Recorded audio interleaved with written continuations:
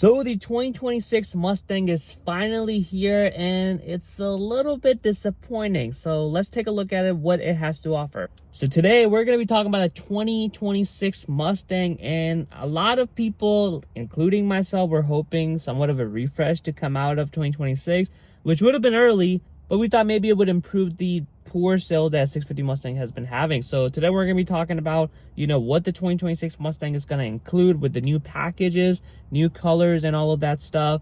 And we're also going to talk about what are the stuff that they have removed, and that is the disappointing part. Yes, believe it or not, when sales are down, you want to include more stuff, make it more standard to entice the buyer to buy your product. But in this case, Ford has a habit of increasing the price and removing features that were previously standard on the 2025 models. It makes no sense to me, but let's talk about it. So for 2026 Mustang, if you haven't been following the news, the big news on that is we're going to get the FX package, which is the Fox body package for the 2026 Mustang. It's going to come with its own unique color, which does look pretty good. I saw it in person. It really pops. It looks very good. Wheels are really hideous on it, to be honest. And I never thought that the Fox bodies were that cool, and I don't think we're at that generation where we have started appreciating Fox bodies just yet. I'm sure it's going to become a classic soon, but we're not there yet. So for Ford to make this FX package for the 2026 Mustang just kind of came out of nowhere. It's kind of cool. You get, a little bit nicer headlights, tail lights. You've got the stitching and the seats in the interior as well. But wheels, to me, I think they just look absolutely ugly, and I'm pretty sure I'm speaking for most people. They could have, everything else I think is really good, and it's a throwback, but wheels could have been a little bit better. So, but that's one of the new packages that they've added for 2026 Mustang. The rest of the packages kind of remain and carry over. They haven't removed any of the packages.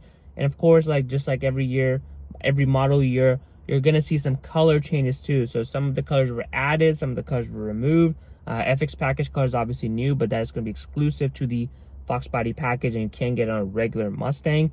But there were some colors that were removed. So aside from packaging and colors, there's a lot of changes that happen in 2026 Mustang, and that is not for good. So if you got a premium before, if you got an EcoBoost Premium or the Mustang GT Premium, you got essentially the connected screen, and that was the big thing. I actually like the fact that Ford offered the base screen and the premium screen to be pretty much having the same functionality, same features and everything, aside from a middle piece that connects both screens together. And it does look aesthetically pleasing on the premium models. But base model Mustangs to me were also a very good value, given it has the same functionality and everything. Because previously the base Mustang has always been lacking in terms of their screen. You had the calculator screen on the S650 Mustang, but this time around I was like, all right, if you want to get a premium and aesthetically pleasing screen, you can go for the premium and get that little center piece essentially. So you have a nice curved display and it looks really nice. But for 2026 model year, you can no longer do that on a premium. You have to get a 401A package, or I believe it's optional extra to get it on the premium model, but they have removed it. So if you get a base model 301A package or the premium, the standard screen is going to be two separate screens. Like, what was Ford thinking to remove one feature that really, made people buy the premium, aside from obviously the leather seats and everything? They've removed it completely. And that is not the only thing that they've removed from the 2026 Mustang premium model, whether you're getting the EcoBoost or the GT. The other thing they've removed, you used to get also puddle lights. The pony projection, that was standard on the pony. That was standard on the 400A or 200A package, which is equivalent to a premium model. But now you can no longer get that. That is solely reserved for the 401A or 201A package, which they like to call the high package or the premium high package. So you lose the stuff. So you lose your puddle lights, which I think was a really good addition. I mean, they've had it on premium models since S650 Mustang. So the choice to remove something that you've already had and have offered it for that price is just insane to me. You no longer get puddle lights, and which was, in my opinion, a very cool feature. That is not all. Now, before that, you used to get aluminum paddles, so the brake pedal, gas pedal, and if you had a manual, the clutch as well. But now they're going back to the standard plastic black looking paddles, and unless I think you're getting a performance pack or a premium Plus package or the Premium High package, that's when you can get those aluminum paddles, which again just makes no sense. You offered it on a Premium, you offered it on, you know, previous models. What has changed so much that Ford decides to remove it? So you can see while the 2026 Mustang did not increase significantly in price, it's pretty much, you know, across the board is similar pricing.